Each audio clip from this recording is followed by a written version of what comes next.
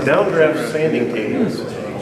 And one of the reasons I took that up is because I wanted to build myself one. I wanted one, and I didn't have one. Look how it went down. So I started looking online, and the number of plans Thank you. and theory and research behind sanding tables is really big. Some of it gets into some really deep physics and airflow, but the majority of it is pretty simple. It's basically dust collection, and it's dust collection over a surface. I'll give this to for the website and the newsletter. I have a list of a few sites that I found pretty interesting on dust collection itself, on some of the available tables you can buy. You can buy anything from something about like this or a little smaller to something you can put your table saw on and have dust collection to the side of it. That starts to get a little pricey if you're not building your own. Basically, the dust collector it hooks to your dust collector. The idea is when you create dust in a shop, you want to collect it, and most of the time you'll have a vent or a suction. I can remember in the past having my dust collector hose clamped to my workbench so that I could sand, and most of the dust would actually go in there. Unfortunately, a lot of dust goes the other way, especially if you're using something like this that has no dust collection at all. This obviously has no dust collection, but it does create a lot of dust.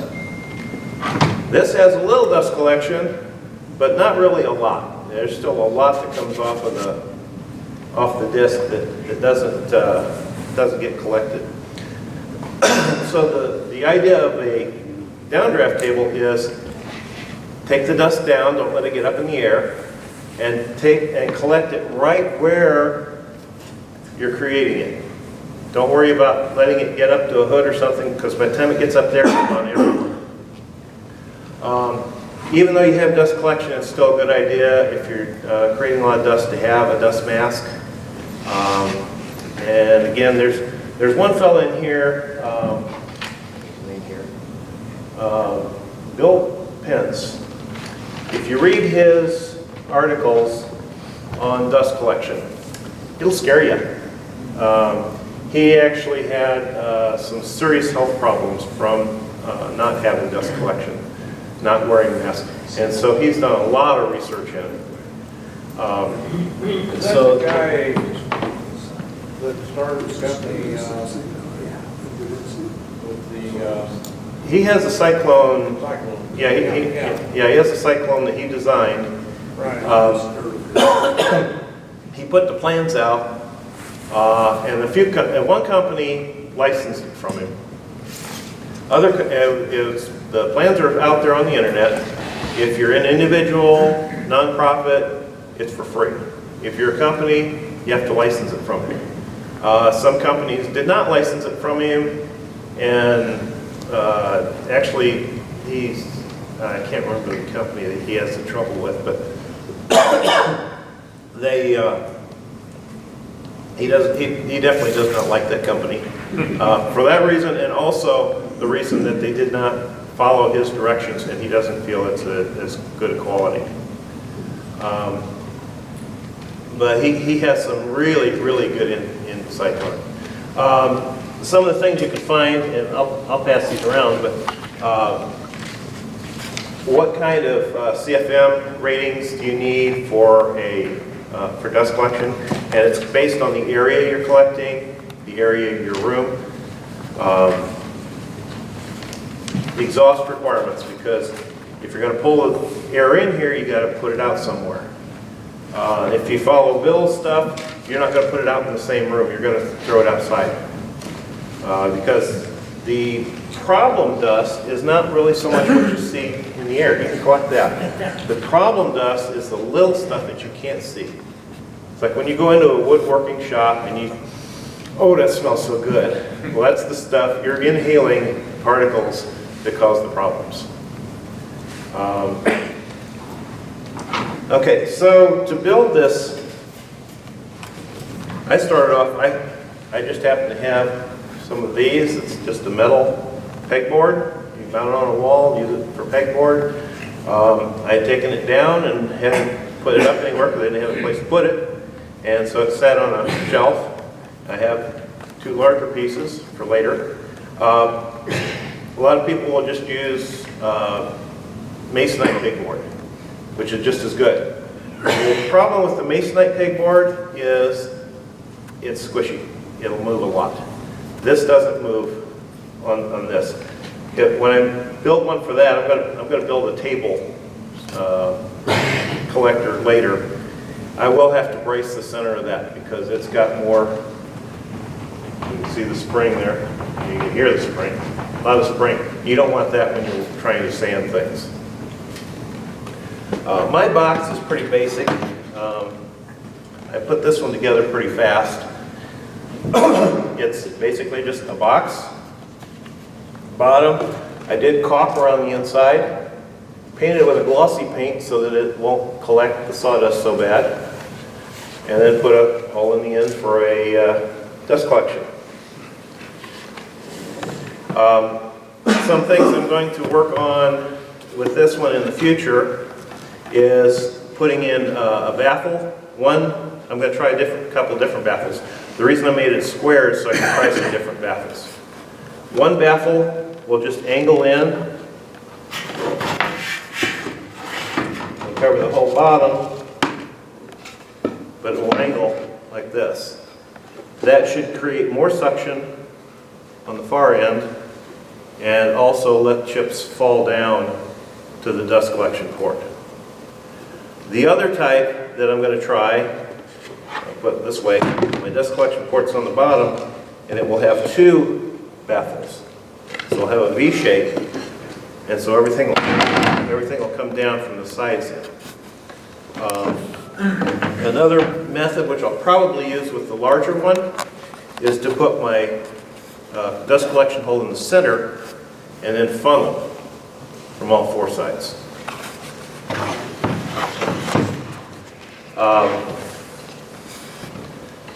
One of the things you need to do is, again, making sure you have enough airflow. For this one, I can use my shop vac. I've got a single stage dust collection system, and it actually pulls in pretty good. When I start going this big, I'm not going to have enough airflow, so I'm going to start going to something larger. I have a fan out of a furnace, so that'll give me a lot more airflow there. For something like this, to really do a really good job, if you're doing a lot of production, I do very little right now, but you'd probably want to go with a 4 or 5 horse dust collection system. It moves a lot of air. I think his recommendation was about 1,100 CFM. And then you're also talking about something a little bigger than a 2 1/4 inch intake port. A lot of them are going with 6 inch even for the dust collection tables. What I will probably do is, rather than having ductwork for it, if I'm going to build a cabinet, the bottom of the cabinet is going to be my dust collection. I will put a furnace filter in, because that's a nice way to keep chips out of my motor, and I'll just mount my motor and just blow it out wherever I send it. So then I'm not restricted to any ductwork size. Okay. The surface, again, just got holes in it so that dust can go through. There's some people will use wire mesh or expanded metal. I think that gives you too much area, at least for what I have shop vac and my dust collector, gives you too much area for air to go through, and you don't get a good flow through it, and it won't pull the dust. you need the velocity as well as the airflow. So I found that this works really well. If you use masonite, some people will take a drill and put a little bit of like a countersink in them. So you got a little bit of a funnel to get better airflow. This actually has that built into it because every one of these is punched down in a little divot. The way I built this, again, was pretty simple. I just riveted a edge on two sides and riveted in the sides, put a dado in for the base, and again, caulked it because I want all the air to come from the top. I don't want any air coming in anywhere else. I somehow managed to get a really, really tight fit on this, which is good. So when I put that in there, it actually stays in really well. Plus it seals around the outside really well. So again, all my air, I want to go through these holes. I'm not sure how I managed to do that though. Plan. Yeah, it was the plan, but it doesn't. The execution is what was right. Okay. One other thing is, because your airflow or your suction of that is related to the area that you're pulling in. If you're working on something small, you take a piece of wood, cover it like that. Now I have a smaller area that's going to have more air being pulled down through it, pull my dust down a lot better. The other problem with using masonite or this is that if I'm trying to sand this and I'm using something like this, we'll be doing this. One way that they do, they'll use Plastidip, because Plastidip will give it a little rubbery surface. And what I did is I went to my wife's pantry, and she had some extra shelf liner. And it's got all these nice little holes in it. This is being recorded, you know. Yes. Well, actually, this is her extra. Oh, okay. So, and I'm building her pantry too. So, so I set that on top, and it makes a really nice sanding area. I'm going to move the whole box before I do that. And if I put one of those under the box, I'm going to have to move my whole workbench before I move it. So, hook this up here real quick, and again, it just fits in. Yeah.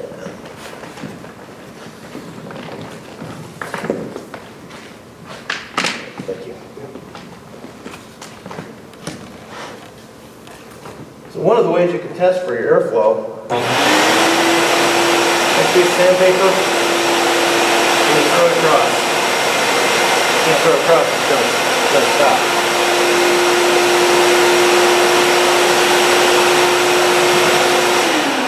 If I don't have any airflow, it just keeps going. I've got a little bit of an edge on there so it doesn't fall off all the way. One of the other modifications that I planned for this is to make some sides that come up about 6 inches. The reason for that is if I want to use my belt sander. Belt sander doesn't throw things down, doesn't throw it up, it throws it back. And so I want it to hit that and stop. This also throws it out to some extent.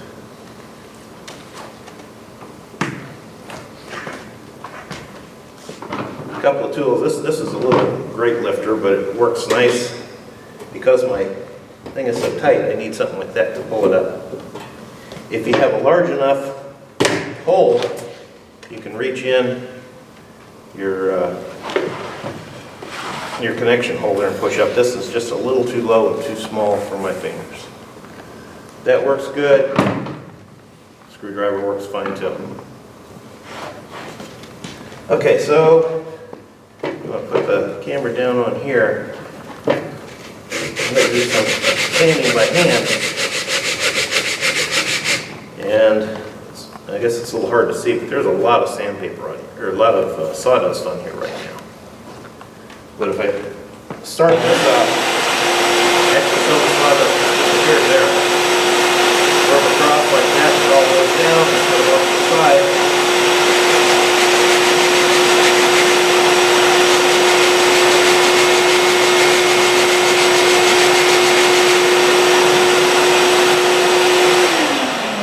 There's almost no sawdust on there right now.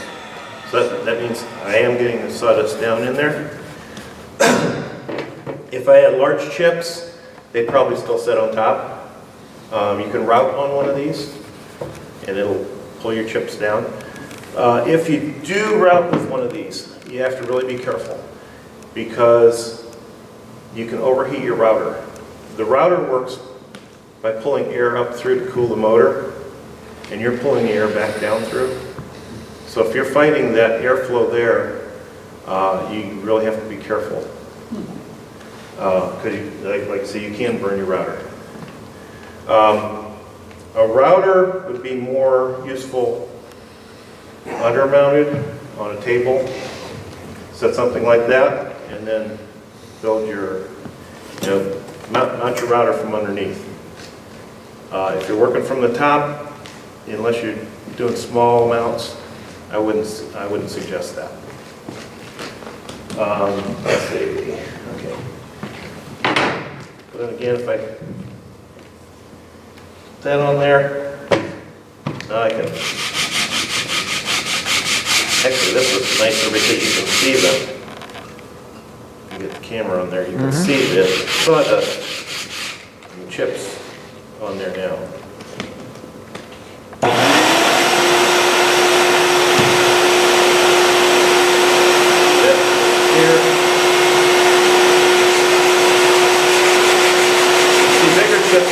Still staying on there. If you watch, you can actually see the dust being pulled down.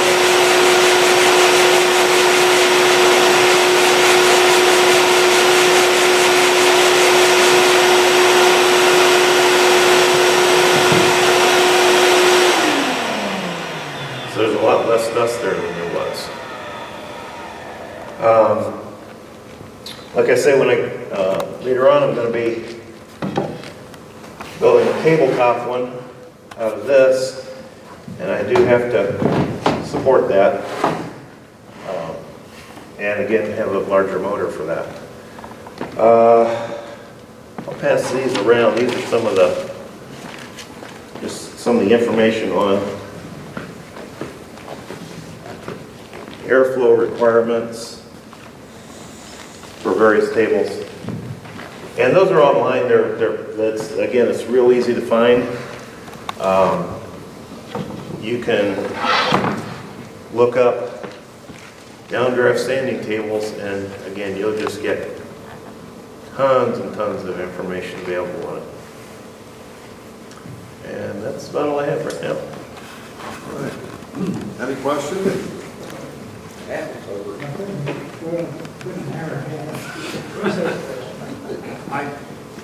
One of my first tools that I made was, I don't know if I got a plan, but I used, it used 3 furnace filters in a larger furnace squirrel cage. And I think the bottom was open, and I mounted it on casters so that I could move it around the shop real easy and didn't have to worry about a collection system. The 3 furnace filters, there was nothing. The first one caught the big stuff. Right, and you can actually, if you do that, you can go to a HEPA filter for your third one. Yeah. And really get nice filtration. But the 3, by the time you got the third one with an ordinary furnace filter, you got 99%. Yeah, your first one, what you want to do is you just get something that's really cheap. The foam things that don't really catch much dust. Yeah, and that is a good way to do it with multiple ones, because you get the cheapest thing you can, put that in for your first filter, because that's the one you're going to be changing all the time. But then you get your nice expensive HEPA filter and you put that in the third one. And by the time that one gets clogged, you've run it for quite a while. 50 cent. Just. You were right, exactly. No, we had another question. Sure. I know occasionally the club does like project dates.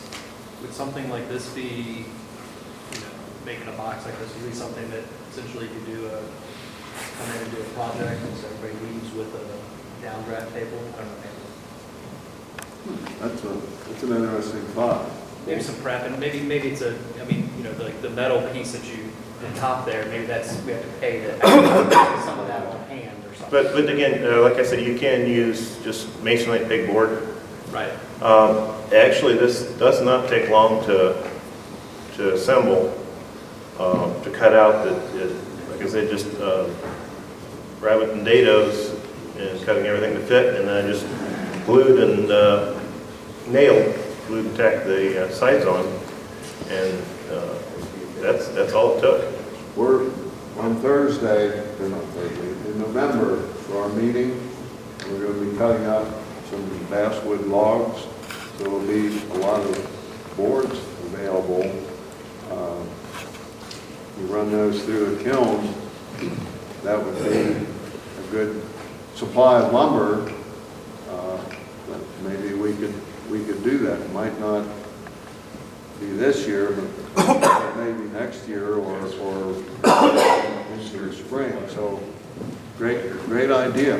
We have the wood that the club has helped process, and that'd be a good club activity, I think. We'll kick that around with the steering committee a little bit more.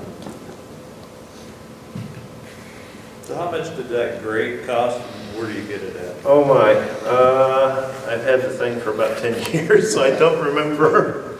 Can you get them at Home Depot? Yeah.